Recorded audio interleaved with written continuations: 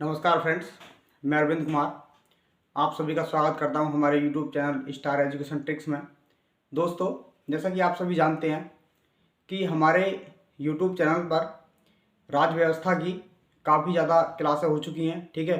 और भाग 4 हमारा चल रहा है। आपको अगर वन डे एग्ज़ाम की तैयारी करनी है या कर रहे हैं तो आप हमारी पिछली क्लासों को जाकर के देख सकते हैं, जो कि क्लासें हमारी काफ़ी शेड्यूल में पड़ी हुई है। भली भांति ढंग से हमने अनुच्छेदों का अध्ययन किया है, ठीक है। तो देखिए हम कहाँ तक हो चुके थे। हमने हमारी क्लास हो चुकी थी, आर्टिकल हमने 47 पढ़ लिया था। अब हम पढ़ना है आर्टिकल 48। आर्टिकल 48 में देखिए क्या दिया गया है। दुधारू पशु गाय तथा वाहक पशु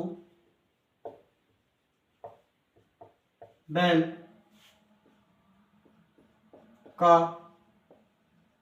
वध प्रतिषेध, ठीक है। दुधारू पशु गाय तथा वाहक पशु बैल का वध प्रतिषेध है। आपने देखा भी होगा कि गाय नहीं, जो भी जानवर होते हैं, अधिकांश गाय को महत्व दिया गया है। जो भी जानवर होते हैं उन्हें, मतलब जो दूध देने वाले जानवर होते हैं उनको, उनका क्या है, वध प्रतिषेध है। मतलब उनका आप मांस नहीं, उन्हें काट नहीं सकते, उनका मांस बाजार में नहीं बेच सकते, इस तरह का प्रतिषेध है। अगर कोई वाहक पशु बैल, ठीक है, अगर कोई वाहन, मतलब इस तरह से बोझल होने वाले जानवर होते हैं, अगर वो अपने इस काम में निरंतर हैं तो उनका वध प्रतिषेध है। ये हमारा किसमें आर्टिकल 48 में कहा गया है। देखिए अगर हम आर्टिकल 48 क्या की बात करते हैं, आर्टिकल 48 के हमारा कहता है वन तथा वन्य जीवों का संरक्षण। किसका? वन तथा वन्य जीवों का संरक्षण, ठीक है। देखिए ये कौन करेगा? राज्य करेगा। वन तथा वन्य जीवों का संरक्षण मतलब अगर वन है तो उसकी देखरेख करने का कर्तव्य हमारा किसका है? राज्य का है। और जितने भी उसके अंतर्गत जीव निवास करते हैं उसने भी हमारा देखने का कर्तव्य किसका है? उन्हें भी देखने का हमारा कर्तव्य किसका है? राज्य का है, ठीक है। वन में किस तरह का कोई अग्निशामक यंत्र तो नहीं गया हुआ है वन के अंदर जिससे वन में आग लग जाए, इस तरह की देखरेख करना। वन के अंदर जितने भी जीव प्राणी और जितने भी जीव जंतु रहते हैं, निवास करते हैं, उनकी देखरेख करने का अधिकार किसको है? उनकी देखरेख करने का अधिकार भी किसे दिया गया है? राज्य को दिया गया है, ठीक है। अब देखिए हम बात करते हैं आर्टिकल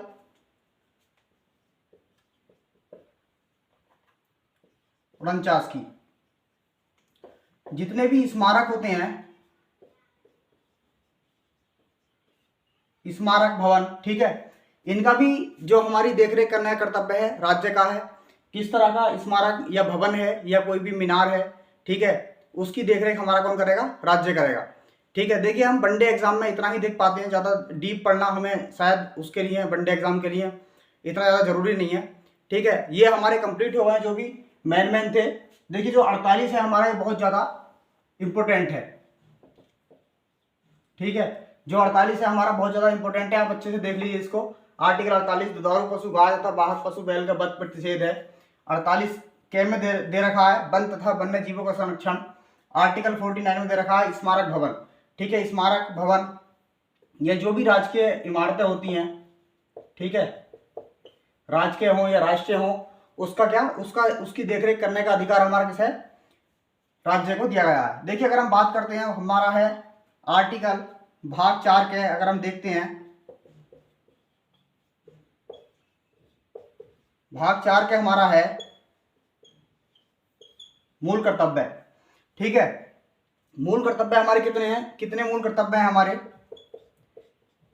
11 मूल कर्तव्य हैं। 11 हमारे मूल कर्तव्य दिए गए हैं, ठीक है। भाग 4 के में हमारे कितने मूल कर्तव्य हैं? 11 मूल कर्तव्य दिए गए हैं। और देखिए ऊपर का मिटा देते हैं हम।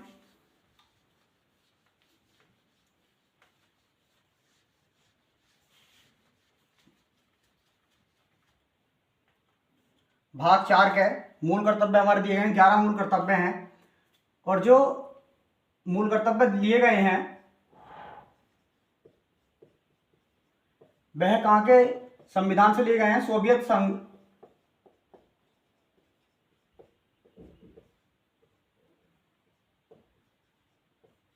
संघ रूस। आपसे पूछा जाता है कि जो हमारे मूल कर्तव्य हैं कहाँ के संविधान से लिए गए हैं, किस देश से लिए गए हैं? सोवियत संघ रूस से ये लिए गए हैं। ठीक है। 42वां संविधान संशोधन किसके? 1976 के माध्यम से लिया गया। अब जो हमारा इसमें मूल कर्तव्य है, 11वां मूल कर्तव्य जोड़ा गया, देखिए हम उसको देखते हैं। सभी मूल कर्तव्य हमें नहीं देखने हैं, जो भी हमारे मोस्ट हैं हम सिर्फ उन्हीं को देखेंगे। ठीक है। देखिए हमारा 11वां मूल कर्तव्य क्या कहता है? सबसे लास्ट का मूल कर्तव्य है, बहुत ही इंपॉर्टेंट मूल कर्तव्य है। देखिए 11वां मूल कर्तव्य है हमारा, प्रत्येक माँ बाप का कर्तव्य है कि वह अपने 6 से 14 वर्ष तक के बच्चों को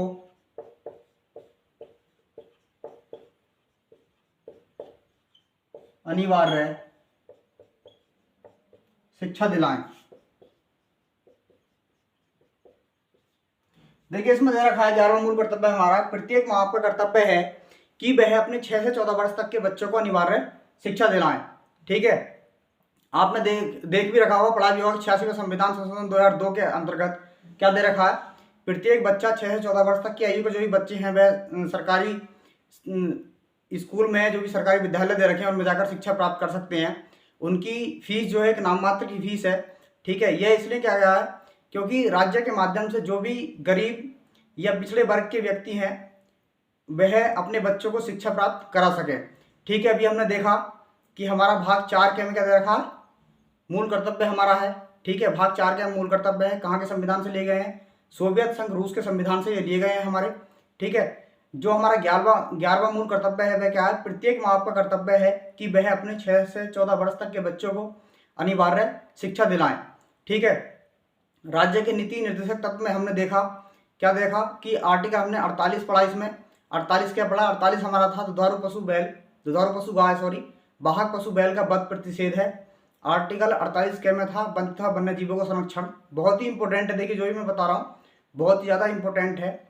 और आर्टिकल 49 में था हमारा कि स्मारक भवनों की देखरेख, या जो भी राष्ट्रीय स्मारक होते हैं, भवनें होती हैं, इमारतें होती हैं, उनका संरक्षण कौन करेगा? राज्य करेगा। ठीक है। तो ये हमारा था। अगली हमें जो भी क्लास में देखना है, अगली क्लास होगी हमारी, मैं बता देता हूँ आपको, संघ की कार्यपालिका।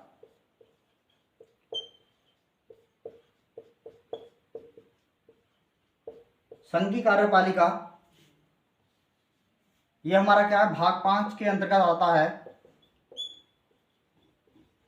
भाग 5 में हमारा आता है संघ की कार्यपालिका।